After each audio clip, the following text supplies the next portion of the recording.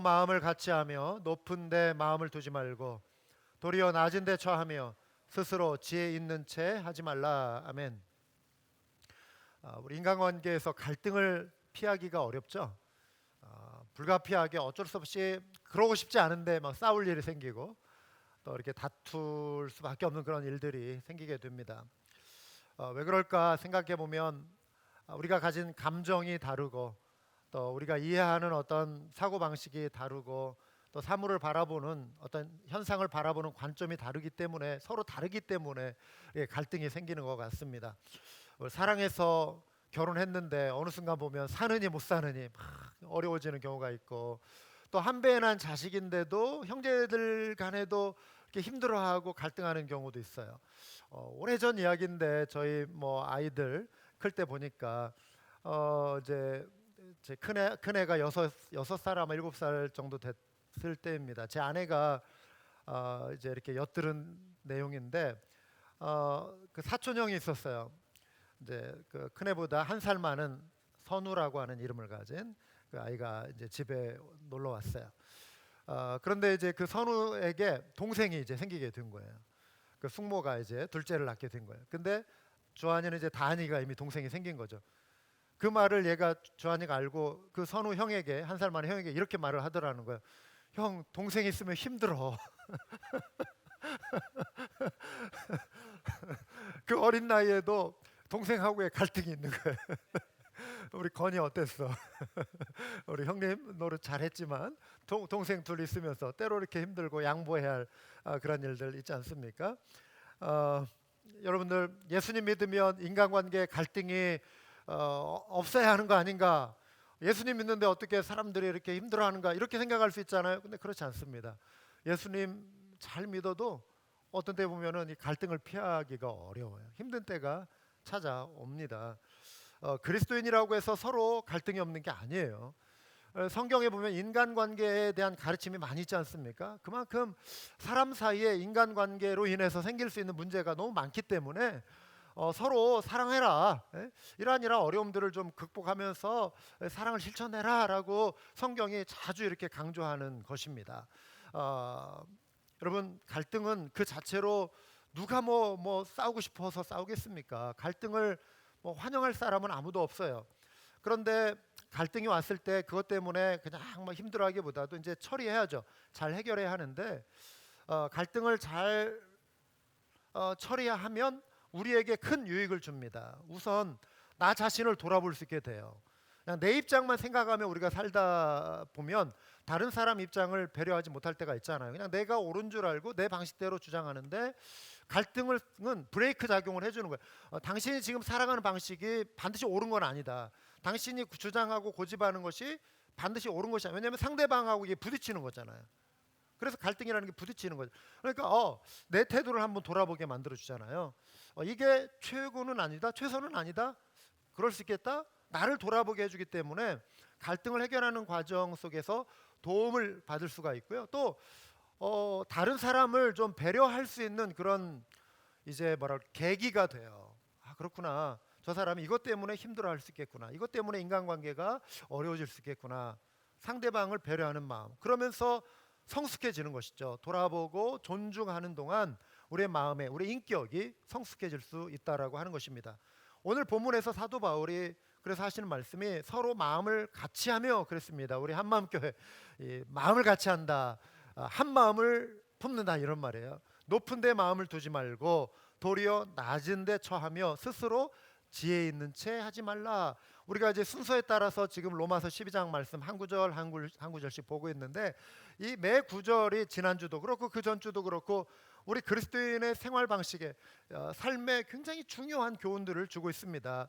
우리가 어떤 도덕적인 아니면은 인간관계 잘합시다 이런 교훈 받기 위해서 우리가 신앙생활하는 그 목적은 아니에요. 우리가 하나님의 은혜를 힘입었기 때문에 이제 이러한 것이 열매로 맺혀져야 한다. 어떻게 하나님을 잘 믿는다면 실제 삶에서 인간관계에서 이제 이러한 부분들도 우리가 잘 해 나가야 한다. 그걸 이제 우리가 적용하는 것이죠. 한 구절 한 구절이 그래서 중요합니다. 마음을 같이 하라 이 말은 조화를 잘 이루어라 이 말입니다. 조화, 생화가 아니고 조화는 뭐냐면은 화목하라 이 말이에요. 화목하라. 예. 조화의 반대말은 생화가 아니라 화목하라. 예. 아니 반대말이 아니고요. 반대말은 갈등입니다. 갈등. 조화의 반대말은 갈등이에요. 왜 갈등이 일어나는가? 말씀드린 대로 차이 때문에 그래. 생각하는 거, 행동이 차이가 있기 때문에. 여러분 가정에서 여기 이제 결혼 부부 관계, 결혼 안에서 또 이웃과의 관계 속에서 교회 안에서 그리고 일터에서 여러분 함께 일하시는 분들 한번 손 들어보세요. 나는 100% 마음에 들어서 나는 지금 결혼 생활하고 있다. 나는 100% 마음에 들어서 이 사람들을 데리고 일하고 있다. 100% 마음에 들어서 나는 교회에서 우리 성도들 이렇게 돌아보니까 나는 100% 지금 마음에 든다. 손 한번 들어보세요. 일부 예배 때는 두 분 손 들었어요. 그래서 한 분도 없을 줄 알고 했는데 딱 손 들어 제가 당황했습니다. 당황했어요. 근데 진심으로. 근데 100% 정말 서로를 이렇게 제가 누구라고 밝히지는 않겠지만 네, 부부가 딱 와가지고 아내가 0.5초 빨랐어요. 남편이 또 이렇게 손을 들더라고요. 아 이런 분이 있구나. 그런데 정말 그런 경우 드물죠. 어떻게 결혼 생활 속에서 100% 상대방이 마음에 들어서 결혼 생활을 하는 사람이 어디 있겠습니까? 거의 없어요. 근데 특별한 케이스죠. 저는 믿습니다. 그분들이 그런 분이라고 믿는데 뭐 드물죠. 아주 드물죠. 언니 동생 사이에도 100% 마음에 한 명 있었어요. 한 자매가 애니가 손을 들더라고요. 애니가 자기 동생 100% 마음에 든다. 칭찬해 주세요. 집에 가셔서 문경태 집사님. 동생을 이렇게 끔찍이 사랑하는 언니가 있더라고요. 드물죠. 그렇지만 드뭅니다.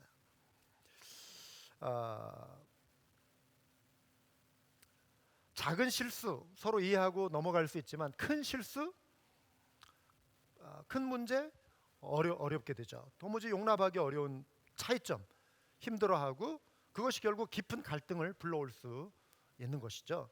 인간관계의 갈등을 불러오는 또 다른 이유를 보면 경쟁심, 비교심 이런 게 있습니다.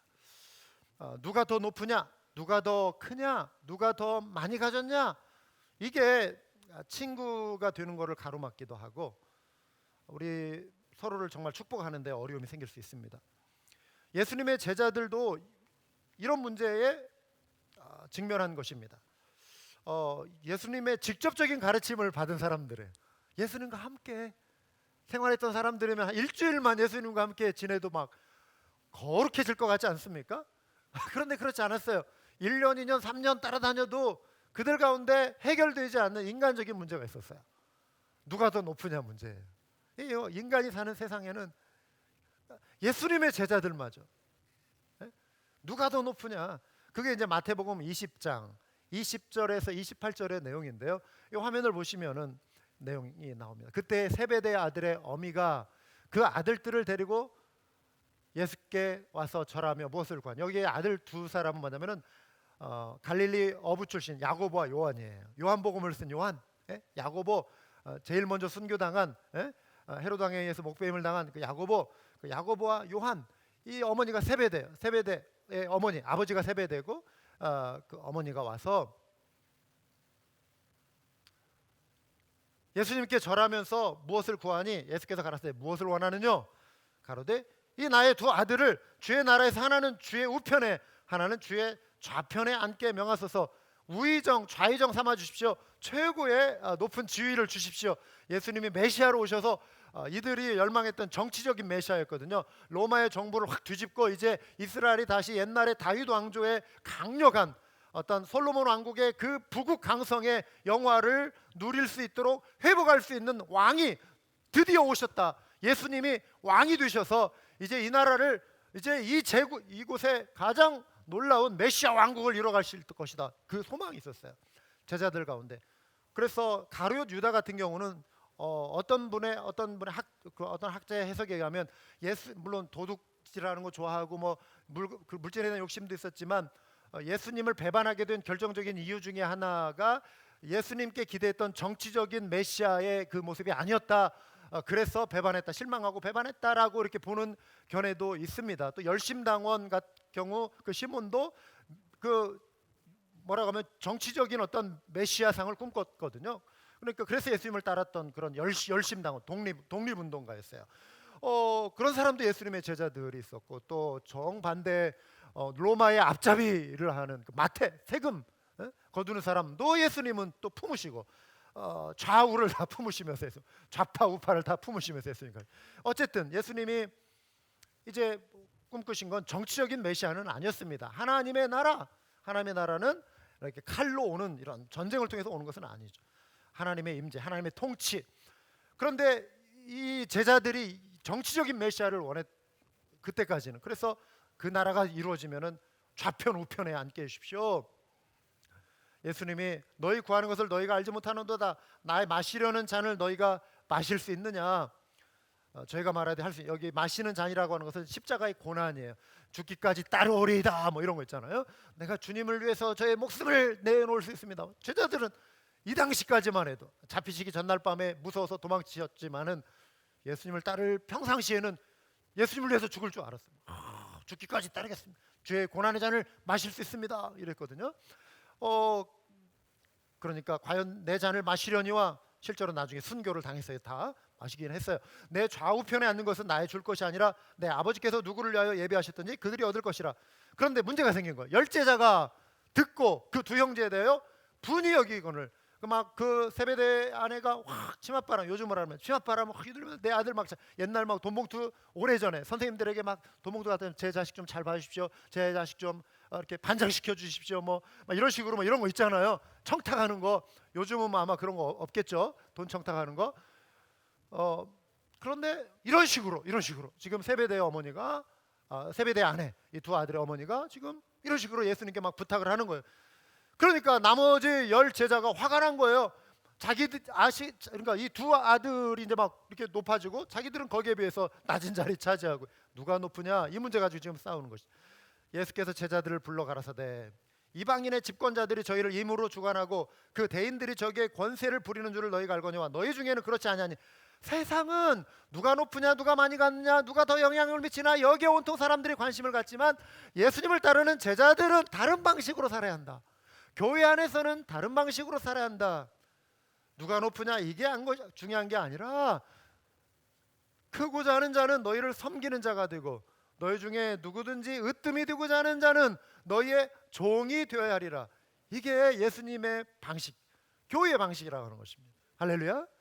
섬기는 자가 되라. 섬기는 자. 그러면서 예수님이 친히 본이 되어주셨음을 말씀하시는 거예요. 인자가 온 것은 섬김을 받으려 함이 아니라 도리어 섬기려 하고 자기 목숨을 많은 사람의 대속물로 주려 함이니라 말씀했습니다. 교회가 세상의 방식을 따르면요, 교회 안에 막 이제 우리 한맘교회야 뭐 이권 이런 거 없잖아요. 우리가 뭐 어떤 학교를 운영하는 것도 아니고 어떤 뭐 어떤 조합을 운영하는 거, 교회마다 어떤 뭐 신협 뭐 이런 운영하는 데 있어요. 이권이 있습니다. 이사장, 교회 안에 장로님들 뭐 이런 분들이 이사장하고 이권의 문제가 생기는. 교회 안에서도 평소에 그냥 이렇게 친했던 사람들이 어떤 이권이나 자리 이런 게 생기면은 막 그 안에서 파가 나가고 막 싸움. 이 세상적인 방식이 교회 안에 들어. 우리가 예수님을 따른다면 서로 양보하고 당신이 하십시오. 막 서로 양보하는 이런 분위기. 내가 섬기겠습니다. 예수님은 심지어 자기 목숨을 많은 사람의 대속물로 주려 함이라. 섬김의 지극한 그 최고의 자리가 대속물로 죽으시는 희생의 자리였다는 것입니다. 예수님이 해결하려고 하시는 방식이 뭐예요? 섬김이라는 것입니다. 섬김, 크고자 하는 자가 섬기는 자, 으뜸이 되고는 자, 종이 되라. 예수님이 갈등을 외면하지 않으셨어요. 지들끼리 싸우다 말겠지 이러지 않으셨고요. 개입하셨어요. 그러면서 하나님이 기뻐하시는 뜻을 알려주신 것입니다. 그러니까 이 교훈을 지금 사도 바울이 이어받아 가지고 서로 조화를 이루기 위한 그 비결을 강조하고 있는 것입니다. 그래서 이 짧은 구절이지만 세 가지의 교훈이 여기에 나옵니다. 첫 번째는 어떻게 마음을 같이해야 하는가. 먼저 우리가 마음을 높이지 말아야 한다는 거예요. 마음을 높이지 말아야 한다. 첫 번째 교훈이에요. 높은 곳은 뭐냐면 권력의 자리일 수 있습니다. 그러니까 높아지고 싶은 마음, 힘을 가지고 다른 사람을, 힘이 있다는 것, 권력이 있다는 것은 통제력이잖아요. 내가 영향력을 끼칠 수 있는 범위가 넓어지는 거예요. 그렇죠. 그러니까 제가 볼 때는 여기 포토워스 한인회장 뭐 이런 거 하면은 안 싸워요. 사람들은 서로 막 안 하려고 하지. 예? 서로 막 양보하려고. 근데 달라스만 나가도 조금 막 이렇게 좀 소리가 막 나오잖아요. 왜 그렇죠? 뭔가 그 안에 더 많이 알려주고 더 많은 영향력이 생기고 또 그것으로 인해서 막 뭐랄까 사람들의 조명도 더 받을 수 있고 뭐 그런 것 때문이 아닌지 저는 잘 몰라요. 그 내막은 잘 모르지만 뭐 어떤 뭐 노인의 뭐 이런 문제 가지고도 막 이렇게 한인단체에서 어려움들이 생기고 어떤 권력이나 어떤 영향력 이거는 사람들이 막 지향하는 그런 자리거든요. 그걸 막 추구해요. 그러니까 갈등이 일어날 수밖에 없는 것입니다. 명예의 자리 같이 맞물려 있어요. 명예의 자리. 자, 여러분이 만약에 이제 어느 장소에 가셨다고 해요. 뭐 관광을 갔다거나 어느 곳에 이렇게 가는데 뭐 아니면 LA의 어느 거리를 이렇게 걷고 있는데 거기에 여러분이 아시는 어떤 유명한 어떤 어떤 뭐 연예인 뭐 영화 배우 예? 뭐 연예인 중에 뭐 여러분 뭐 최불암 씨라든가 뭐 여러분 잘 아시는 이런 분들이 LA에 여행을 와가지고 이렇게 거리를 딱 걷는다고 해봐요. 그러면은 근데 그분 주변에 뭐 사람들도 없고 또 이제 좀 거리도 이렇게 어느 정도 한가하고 충분히 가서 말을 걸 수 있는 위치라고 거리라고 생각해요. 그런 환경이라고 생각해봐요. 그러면은 아이고 잘 만났습니다. 제가 예? 우리 최 선생님의 드라마나 전원일기 뭐 이런 드라마 예? 이런 것도 재밌게 보고 제가 존경하고 참 좋아하는 분인데 이런 데서 이렇게 만났네요. 여러분이 제일 먼저 하는 거 뭐겠어요? 인사한 다음에 뭐예요? 사인 받겠어요? 네, 뭐 사인 해달라고도 하겠지만 바로 휴대폰 꺼내겠죠. 휴대폰 꺼내서 저랑 괜찮으시면 사진 한번 찍을 수 있을까요? 하면서 그냥 이렇게 하면서 이렇게 하고 막 뭐 이러고 막 예? 아니면 사진 좀 찍어달라고 하고 그 다음에 뭐예요? 두 번째 뭐예요? 집에 오셔가지고 만약에 SNS 하시는 분이라면 뭐 카톡에다 뭐 사진 올릴 수도 있고 아니면 페이스북 하시는 분은 페이스북에다도 올리고 그런 이유가 뭘까요? 내가 오늘 이런 분을 만났다. 이런 사람을 만났다. 이렇게 알리고 싶은 마음이 있잖아요. 그런데 이제 예를 들어서 여러분이 어떤 이제 활동을 할 때 어느 자리에 갔을 때 좀 영향력 있는 어떤 이런 사람들을 만나면 내가 이왕이면 이런 사람들하고 어울린다라고 하는 것을 또 보이고 싶어서도 사진을 찍어서 이렇게 뭐 SNS에다 올리고 우리 마음속에는 항상 그런 동기가 있어요. 그런 욕구가 있어요. 내가 나의 이름이 알려지고 또 내가 어울리는 사람은 주로 이런 사람이고 이래봬도 나는 이런 사람과 어울린다. 제가요 작년에는 여기 달라스에서 이 전국 청회 침례교 총회가 있었고 이번에는 알라바마에서 있었는데 우연치 않게 작년에도 그 이제 IMB 전 세계 이 남침례교 선교사를 이렇게 다 보내는 그 최종 그 사령관이죠 총재. 이분이 이제 작년까지 하고 은퇴를 하셨어요. 근데 은퇴하시기 직전에 이분하고 같이 이렇게 이제 제가 이제 봉사 어떤 활동을 하다 보니까 가까이 있어가지고 뭐 이때 또 사진 안 찍으면 어때요? 저도 그냥 꺼면 사진 한번 찍읍시다.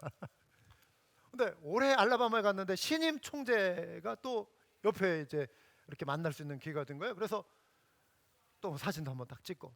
그런데 제가 페이스북에 못 올리겠더라고요. 누군가 저에게 뭐 이런 생각을 또 할까 봐서 차마 이제 올리지 못하고. 근데 저에게도 이런 마음이 있어요. 제가 어떤 세계적으로 유명한 누군가를 만나면 네, 이런 사람을 만났습니다. 알리고 싶다. 이런 명예, 이런 마음들이 있죠 우리 속에. 자, 높은 데 마음을 두는 거 자만심일 수 있습니다. 나는 스스로 중요한 사람이고 뭐 특별한 사람이고. 예를 들어서 미국이든 한국이든 어느 뭐 대형 교회를 여러분이 어떤 출석을 했다고 해봐요. 여기에는 뭐 그런 분들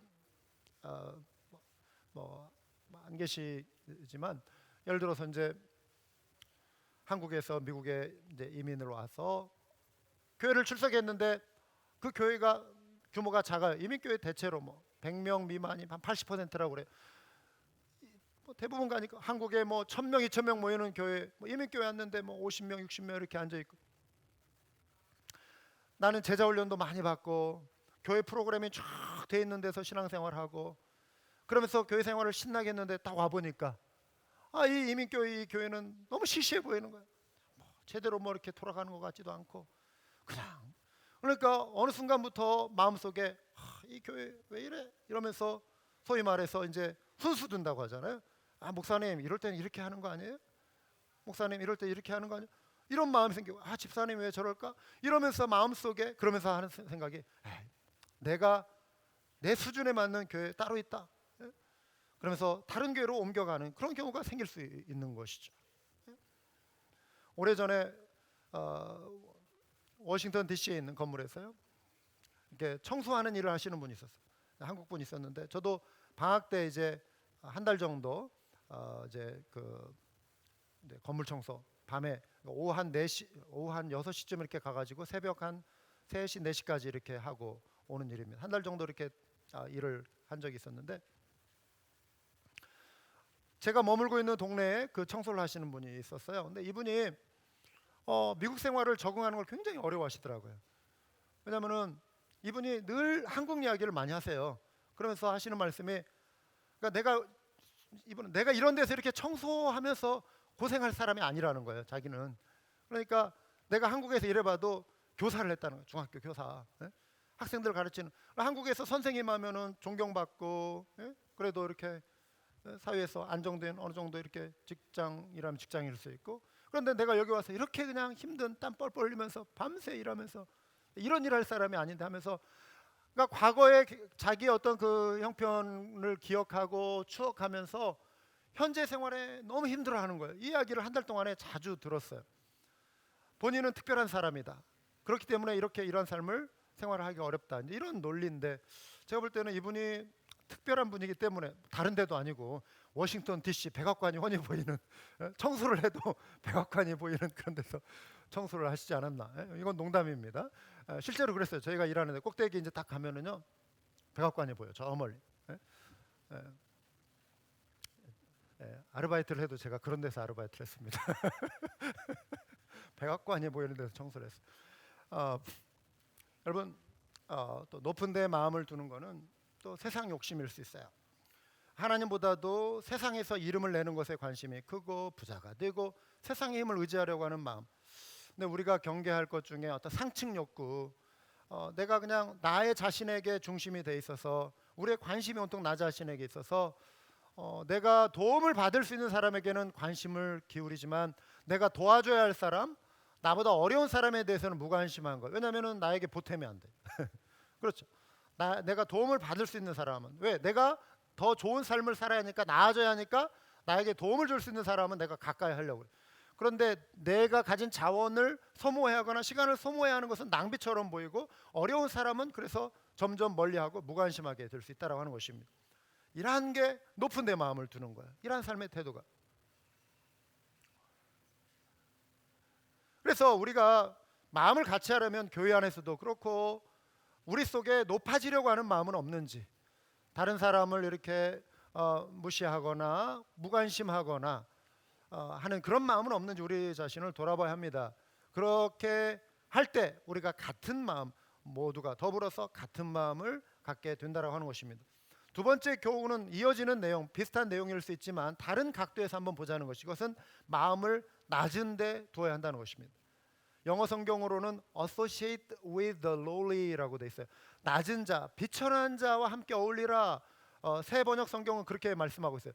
비천한 자, 삶의 형편이 어렵고 또 고생하고 있는 사람들하고 친구가 되라, 어울리라, 이런 뜻입니다. 예수님의 공생의 기간 가만히 보세요. 정치적으로 높은 권력을 가진 사람들을 예수님이 가까이 하셨나요? 전혀 그렇지 않습니다. 헤로드 왕 한 번 만났어요. 마지막 심판받을 때, 재판받으실 때. 빌라도 총독 한 번 만났어요. 마지막 재판의 자리에서 만났어요. 예수님이 그런 어떤 세상의 권력지향적인 사람들 했다면 이미 성경 요한복음 3장, 4장, 5장, 6장 앞부분에 빌라도를 만난 얘기, 헤로드 왕을 만난 얘기가 나왔겠죠. 그러나 예수님은 평범한 사람들, 오히려 비천한 중에 있는 사람들, 아프고 힘들고 병들고 세상 사람들이 죄인이라고 가까이 하지 않고 손가락질하는 그런 사람들을 찾아가서 친구가 되어 주셨습니다. 종교 지도자들도 예수님이 자주 이렇게 어울리거나 그러지 않으셨습니다. 그 당시에 종교 지도자, 대제사장, 제사장 무리들이 사회 지도층이에요. 정치, 종교가 같이 맞물려서 돌아가는 유대 문화 속에서는 정치적인 권력을 행사하는 사람들이 종교 지도자들이었어요. 그런데 예수님이 그런 데 관심이 없으셨습니다. 높이로 치면 예수님만큼 높은 분이 어디 있어요? 안 그렇습니까? 만왕의 왕, 만유의 주이시잖아요. 할렐루야. 하나님의 아들이시란 말이죠. 그런데 그분이 이 땅에 오셔서 어울리신 대상은 죄인의 친구로 약한 자들과 어울리셨다. 그것이죠. 그 구절이 빌립보서 2장 6절에서 8절에 나옵니다. 한번 같이 보시고 우리 한번 소리내어서 같이 읽어볼까요? 그는 근본 하나님의 본체시나 하나님과 동등됨을 취할 것으로 여기지 아니하시고 오히려 자기를 비워 종의 형체를 가지사 사람들과 같이 드셨고 사람의 모양으로 나타나사 자기를 낮추시고 죽기까지 복종하셨으니 곧 십자가에 죽으심이라. 낮은 데 마음을 두려면 섬기는 마음을 가져야 합니다. 예수님이 섬김의 종으로 오셨죠. 한마음교회 핵심 가치가 무엇이죠? 따라서 해볼까요? 섬김입니다. 한마음교회는 예수 그리스도의 마음을 닮아 한 마음으로 하나님과 이웃을 뭐하기 위해서요? 섬기기 위해서 존재합니다. 우리의 핵심 가치는 섬김입니다. 하나님을 섬긴다, 예배, 이웃을 섬긴다. 그게 전도, 봉사, 사랑의 실천, 구제예요, 교제예요. 섬김입니다. 섬김의 자세로 이웃을 대할 때 갈등이 사라집니다. 섬김은 삶의 낮은 자리로 내려가는 것입니다. 내가 받을 어떤 대가를 기대하지 않고 값없이 베푸는 사랑이 섬김입니다. 베풀고 나누는 그 자체로 기쁨을 누리는 것이 섬김입니다. 내가 이렇게 섬겼으니까 저 사람이 나에게 어떤 식의 대가를 줄 것이다, 이러한 기대감을 가지고 섬기는 게 아니라 아무 대가 없이 섬기는 것입니다. 예수님도 잔치를 베풀 때 갚을 사람이 없는 사람들 초청하라고 그래서 다시 초청하고 주거니 받거니 할 사람 말고 뭐 우리가 그렇다고 그렇게 하지 말라 이거 아니에요. 우리는 서로 초대하고 뭐 우리 자연스럽게 살아가는 거 이거 괜찮아요. 그런데 우리의 마음의 동기 속에 그 내가 이렇게 하면 저 사람이 이렇게 해주겠지, 그런 마음으로 베풀지 말라는 거예요. 설령 내가 이렇게 많이 베풀었어도 이 사람이 설령 나를 초청하지 않고 나에게 어떤 유익을 주지 못한 날지라도 내가 섬긴 그 자체로 기뻐하는, 그렇죠? 그 마음으로 섬기라, 이런 뜻입니다. 교회는 다양한 사람들이 어울리는 곳이죠. 사회적인 신분, 어떤 외모, 어떤 외적인 형편, 이러한 것이 기준이 된다면 우리는 너무 다 다르기 때문에 정말 콩가루 교회가 될 거예요. 하나 될 수가 없어요. 왜? 다 다르니까. 형편이 다 다르니까. 교회가 예를 들어서 키 1m 80 되는 사람들만 모이는 어떤 만남 모임, 말이 됩니까? 아니면은 연봉 20만 불 이상 되는 사람들만의 모임, 말이 됩니까? 있을 수 없는 거예요. 그거는 교회 안에서 있을 수 없는 거예요. 고학력자들 박사학위만 가진 사람들 말이 안 되는 것입니다. 교회는 다양한 사람들, 외적인 어떤 형편에 의해서 이렇게 기준을 나누고 하는 사회적인 어떤 기준이 사람을 나누는 것이 아니라 교회를 교회되게 하는 것 딱 한 가지. 그것은 우리가 예수 그리스도의 보혈의 피로 하나님의 자녀가 되었다라고 하는 사실, 예수 그리스도 안에 있다라고 하는 사실, 이게 우리를 엮어주는 거예요. 그러니까 우리가 사람이기 때문에 우리가 이렇게 딱 보면은 그 사람의 어떤 배경이나 그 사람의 어떤 외적인 모습에 영향을 전혀 안 받는다? 그건 말이 안 되겠죠. 그러나 그걸 우리가 물리쳐야 돼요. 그런 어떤 세상적인 기준이, 가치관이 우리를 통해서 우리의 생각을 가리지 않도록, 우리의 시선을 가리지 않도록 그걸 경계하고 한 사람 한 사람을 하나님의 자녀 되었다라고 하는 그 사실 하나로 존귀 여기려고 하는 이런 그리스도인의 가치관, 성경적인 세계관으로 우리를 자꾸 이렇게 무장시켜야 한다는 거예요. 할렐루야. 그래야 교회 안에 차별이 없고 교회 안에 서로가 정말 존귀 여길 수 있는, 저 사람의 능력, 저 사람의 어떤 힘, 가진 어떤 배경, 이런 이게 아니라 영적인 성숙함, 겸손함, 내가 영적으로 배울 점이 있으면 그분들을 존경하고 연약한 사람들을 품고 가는, 이게 같은 마음을 품는 자세라고 하는 것입니다. 세 번째로, 같은 마음이 되려면 우리 스스로 지혜 있는 채 하지 말아야 합니다. 우리 지혜롭고 싶어지는 거는 우리 모두의 소망이에요. 저도 기도해요. 하나님, 저에게 지혜를 주십시오. 목회를 잘할 수 있는 지혜를 주십시오. 가만히 보면 제가 어리석어서 정말 이렇게 실수하고 어리석어 가지고 이런 일들이 있어요. 그럴 때마다 제가 막 가슴을 치면, 하나님, 제가 왜 이렇게 했죠? 저의 이 어리석음을 용서해 주십시오. 불쌍해 주십시오. 저 그런 기도 많이 합니다. 하나님, 그래서 목사에게 필요한 것 중에 하나가 지혜 같아요. 지혜롭게, 하나님, 지혜롭게 목회하게 해주십시오. 지혜는 우리 모두에게 필요합니다. 모두가 사모하는 내용이죠. 안 그렇습니까? 그런데 지혜로워진다는 건 귀하지만 우리가 조심해야 할 거는 남과 비교해서 나의 지혜를 뽐내고 남과 비교해서 나의 지식을 뽐내고 이런 거를 조심해야 합니다. 스스로 지혜 있는 체 하지 말라. 여러분, 우리가 우리의 지혜를 너무 이렇게 또 의지하면은요, 하나님의 말씀이나 하나님의 지혜를 멀리하게 됩니다. 그래서 내 생각 앞세우고 내 방식 앞세우고 내 주장 앞세우고, 사람들이 왜 막 이렇게 의견 다툼이 생겨? 아니야, 이렇게 해야지. 우리 한마음교회는 그런 게 없어서 너무 감사해요. 부엌에서 예를 들어서 저는 진짜 그런 소리가 안 들려요. 부엌에서 그런 소리가 안 들려요. 우리 교회 건물 이렇게 새롭게 짓고 이렇게 탁탁탁 배치하고 하는데, 우리 여선교회 안에서 이런 거 가지고 막 집사님들끼리 막 생각이 나뉘고 막 힘들어. 이런 게 없어서 너무 감사해요. 근데 예를 들어서 아니야, 우리 집에서는 이걸 이렇게 해보니까 좋아 라든가, 아니야, 우리 집에서는 이 가전도구나 이런 주방용품을 이런 식으로 해서 이렇게 하니까 편하던데, 아니야 이게 좋아, 아니야 이게 좋아, 이런 거 가지고 괜히 그거 막 어떤 자존심 싸움이 돼버리고, 그게 막 파워 싸움이 돼버리고, 아니면 내 말이 옳으냐 네 말이 옳으냐, 이게 이제 그런 식으로 돼버려. 근데 우리 한마음교회는 그런 게 없어. 너무 감사.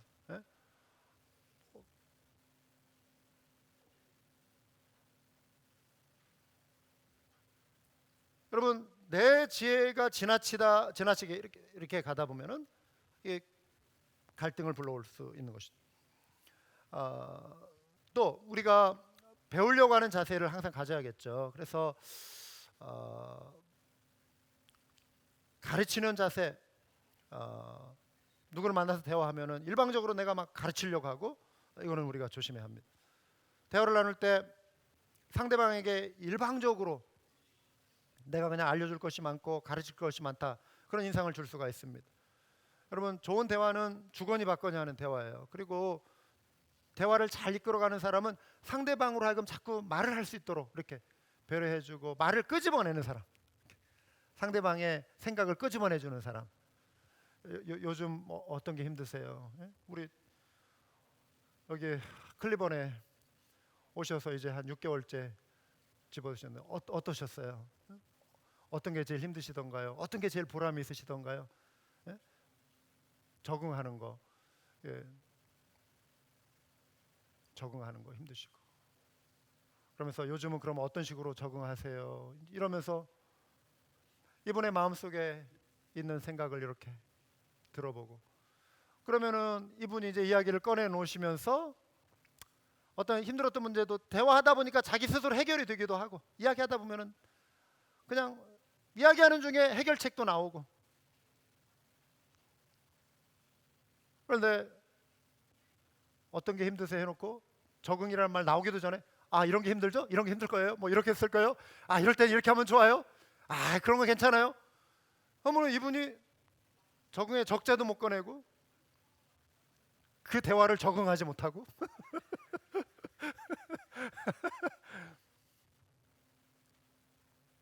대화는 서로 배우려고 하는 태도, 이해하는 태도 필요합니다. 여기 이제 이 자리에 우리 신학생, 우리 일부 예배 때 신학생들이 좀 있었는데, 논쟁, 신학적인 논쟁, 대화 중에 자칫 나의 지식, 나의 지혜를 자랑하고 싶은 충동 받을 수 있겠죠. 할 말이 많아도 때로 듣고 경청하는 자가 되어야 합니다. 어제 제가 토요일 날 이제 사역자회 마치고 신방을 갔습니다. 오랜만에 이제 찾아간 그 분이 있는데, 대학에 다니는 우리 그분의 아들 이야기를 듣게 됐어요. 우리 그 아들이 아주 똑똑한 친구인데, 대학 내 유명한 클럽이 있는데요. 그 클럽이 굉장히 그 대학에 많은 학생들이 들어가고 싶은 유명한 클럽입니다. 그런데 경쟁이 치열한 거예요. 인원 제한이 있어요. 그 클럽에 일단 소속되어서 그 클럽 출신이면은 취업이 거의 보장되다시피 한다는 것입니다. 그래서 대학교 다닐 때부터 학생들이 그걸 알고 그 클럽에 들어가기 위해서 막 노력을 한다는 거예요. 10대 1의 경쟁률이 30명 뽑는데 300명이 온 거예요. 그러면은 270명이 떨어져야 할 상황이잖아요. 학생이 많이 몰리니까 심사를 1차, 2차, 3차에 나눠서 했다는 것입니다. 1차 때는 Who are you? 네가 누구냐? 너의 자신에 대해서 한번 피력해봐라. 너의 자신에 대해서 한번 어필해봐라. 네가 누구인지 한번 소개해봐라. 그러니까 학생들 막 이 똑똑한 친구들이 막 설명하면서 나는 이런 사람이다 막 얘기를 했겠죠. 그래서 이제 추려내는 거예요 거기서. 그래서 많이 추려내고 한 절반 정도가 남았어요. 2차에서는 또 다른 기준을 가지고 평가를 한 거예요.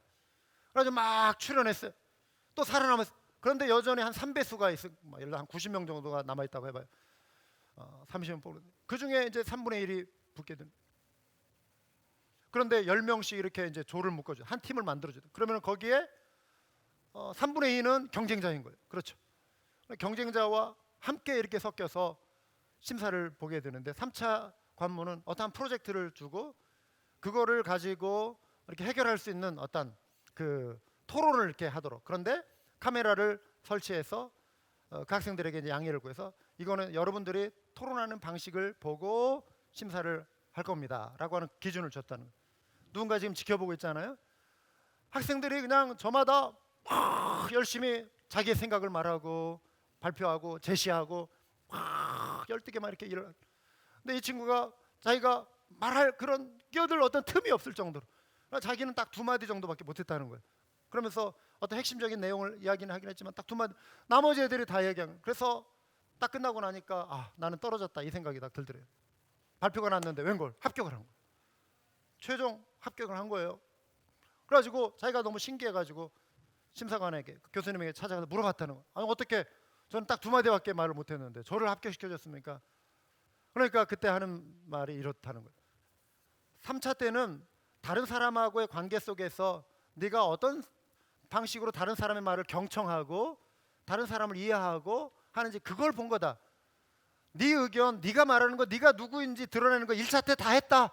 Who are you? 이때 이미 나이는 너희가 어떤 사람인지 이미 다 드러냈기 때문에 3차에서는 다른 사람을 네가 어떻게 배려하고 어떻게 귀담아 듣고 어떻게 조화를 이루는가 그걸 봤는데 네가 그런 걸 잘했다.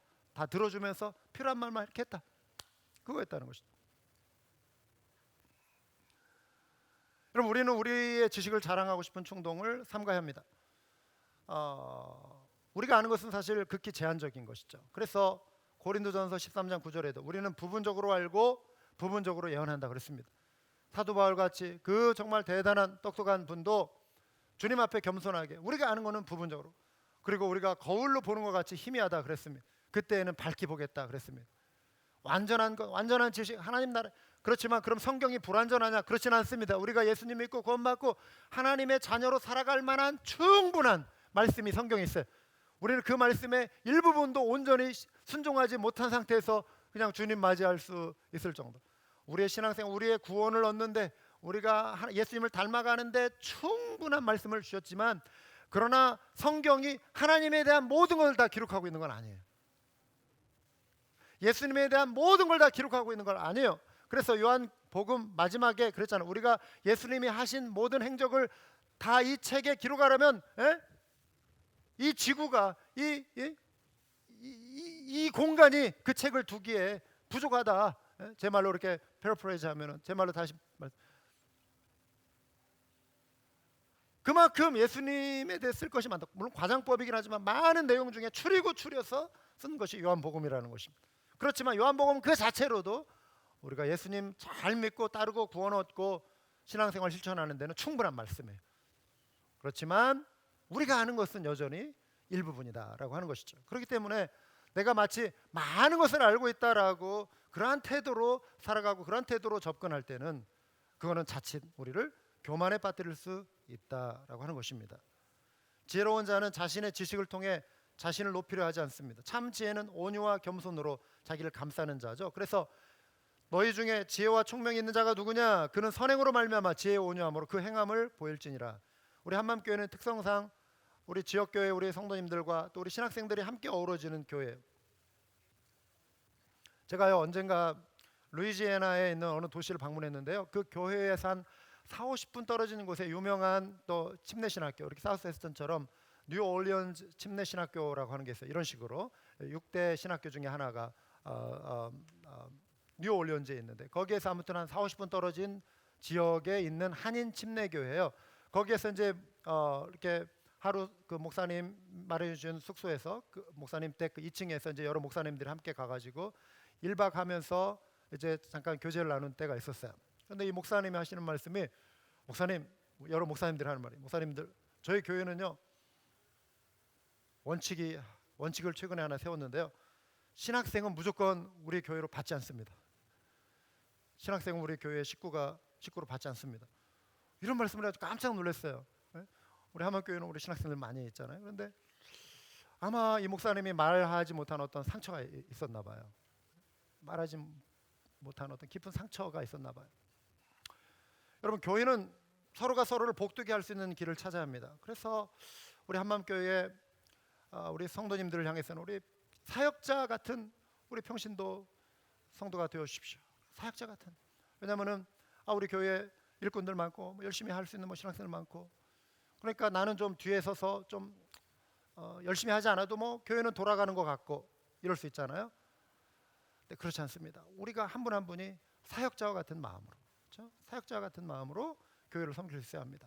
적극적으로 뛰어들어서 우리 성도님들이, 일반 성도님들이 주도적으로 정말 열심히 하는 그런 사역자가 되고, 또 우리 신학생들은 평신도 같은 사역자, 평신도 같은 신학생, 즉 나는 전도사고, 나는 목사고, 나는 사모고, 그러니까 교회 올 때부터 나는 잠시 있다가 또 사역지로 떠날 사람, 그렇기 때문에 나는 여기에 영원히 머물 사람 아니고, 또 나는 어떤 직분을 가지고 있고, 그렇기 때문에 나는 좀 다른 사람, 나는 일반 성도와 좀 다른 입장.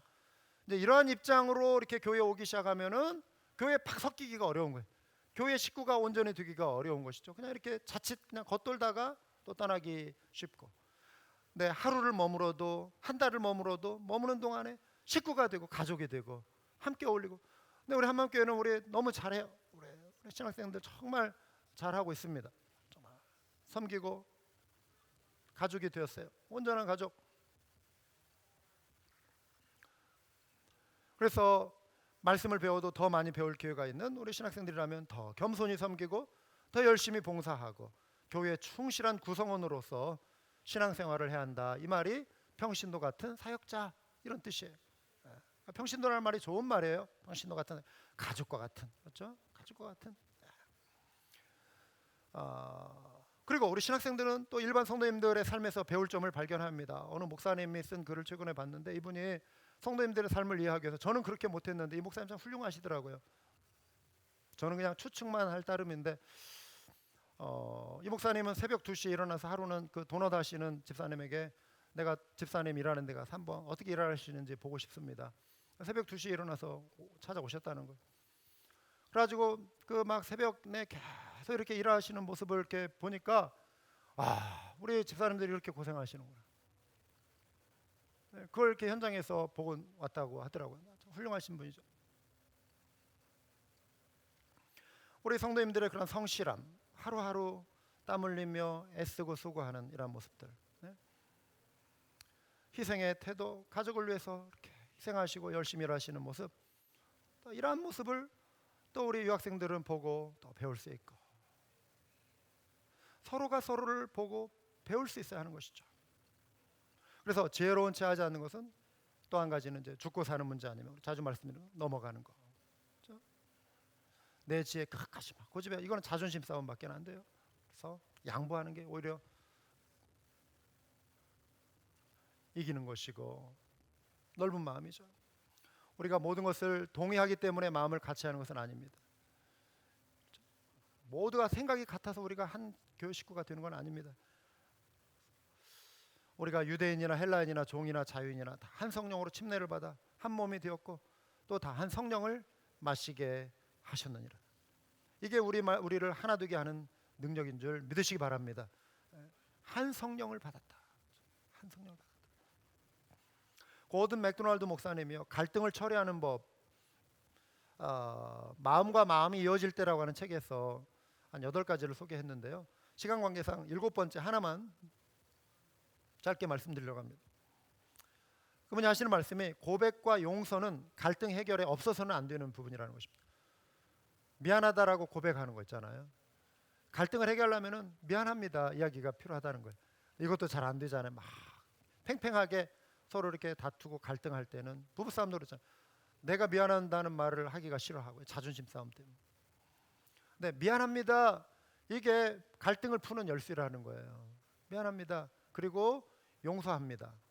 여러분 용서 안 하면 끝나는 거예요. 그거는 용서 안 하면 그냥 끝나고, 그래도 미워도 또 다시 한번 용서하고, 미워도 한번 또 넘어가고, 또 한번 덮고 넘어가고, 그래서 우리가 이렇게 관계를 또 유지해 가고, 또 지나고 보면 또 좋은 날들이 오잖아요. 이분이 이렇게 좋은 사람이었구나. 어? 내 아내가 이렇게 좋은 사람이었는데, 내 남편이 이런 좋은 사람이었는데 왜 그때는 이렇게 미웠지?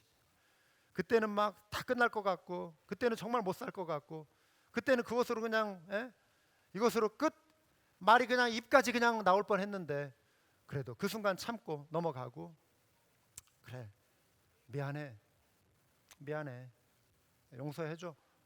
그런데 그러면서 넘어가고, 그런데 지나고 보니까 회복되고 보니까 관계 회복되니까 너무 좋은 시절들이 있고, 예? 우리 삶이 그렇잖아요. 그런 삶들을 우리가 이렇게 반복해 가면서 우리는 점점 성숙해지고, 이해의 폭도 넓어지고, 또 받아주는 마음의 그릇도 넓어져 가고, 이게 우리의 어떤 성숙의 단계겠죠. 우리 일평생 되어지는 것이죠. 그래서 고백과 용서는 갈등 해결에 없어서는 안 되는 부분이다. 예수님이 우리에게 어린아이처럼 되어야 한다라고 하는 말씀이 바로 이런 이유라는 거예요. 그 고든 맥도날드 목사님에 의하면 어린아이처럼, 어린아이의 마음속에 원한을 품은 아이 혹시 보셨나요? 어린아이의 마음에 막 복수심, 3살짜리 꼬마가 5살짜리 꼬마가 형이 자기를 괴롭혔다고 내가 커서 보자, 20년 뒤에 보자, 뭐 이런 아이 보셨나요? 없어요. 애들은 그냥 잊어버려요. 예?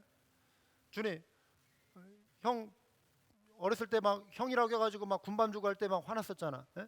막 지금 막 복수해야겠다, 막 그 리벤지 막 이런 마음 있어요? 없지? 예? 없다고 솔직히 시인하는 없어요. 어린 아이들은 어린 시절은 없어요. 그런데 어른이 되면서 그걸 배운다는 거예요. 상처를 기억하고, 다른 사람의 실패를 기억하고,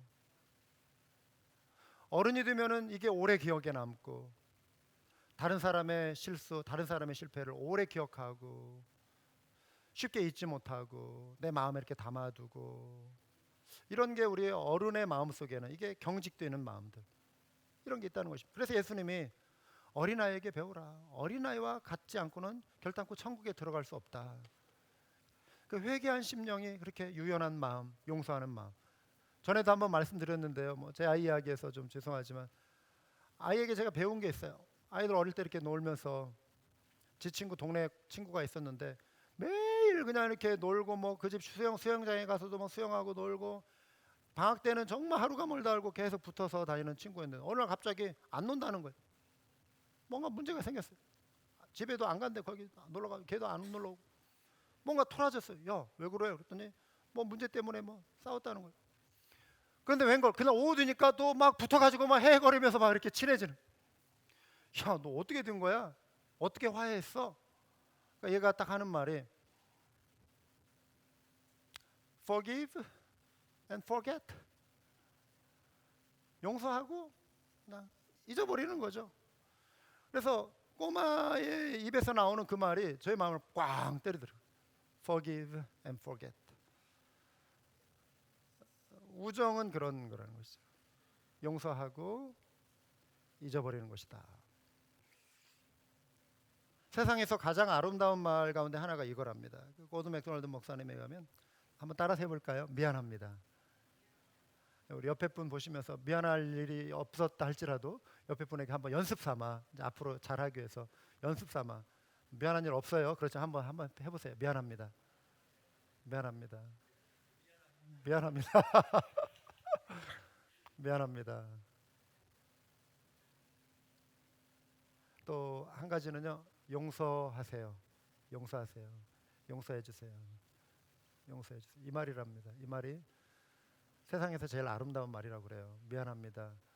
근데 우리가 마음에 이렇게 딱 이렇게 경직되면은 이 말 잘 안 나와요. 그렇죠? 미안합니다. 이 말 절대 잘 안 나와요. 네, 미안합니다. 말할 수 있는 거죠.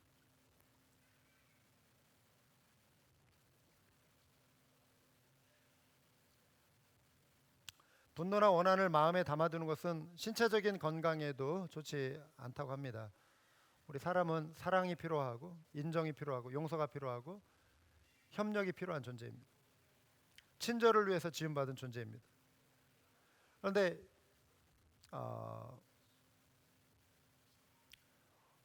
우리가 분노와 원한을 마음에 품고 있으면은 기계에 소금을 뿌려주는 거래요. 모래를 친다라고 하는 것입니다. 그런데 미안합니다. 용서해 주세요. 이 말은 기계에 기름을 칠해준다는 것입니다. 기계를 잘 돌아가게 해준다는 것입니다.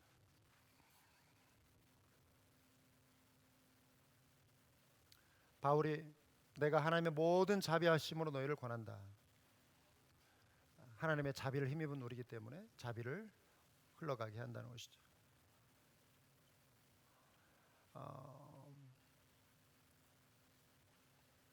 우리 한맘교회가 앞으로 저도 그렇고 우리 함께 이런 회복의 사역을 해갈 수 있으면 좋겠습니다. 관계 회복의 사역, 또 우리 교회 주변에 있는 성도들, 또 교회 다니시다가 멈추고 계신 분들, 저도 지금 지난주부터 이렇게 적극적으로 신방을 시도하고 있습니다. 그래서 관계가 회복되어지고 사랑이 회복되어지고 다시금 하나 되고, 우리 주변을 이렇게 보면서 우리 빈자리를 보면서 이 자리에 다시금 아무개 어느 분이 또 교회 어느 분이 오셔서 이 자리에 함께 예배드리고 함께 할 수 있는, 같은 마음을 품을 수 있는, 그걸 우리가 놓고 기도할 수 있길 바랍니다. 할렐루야.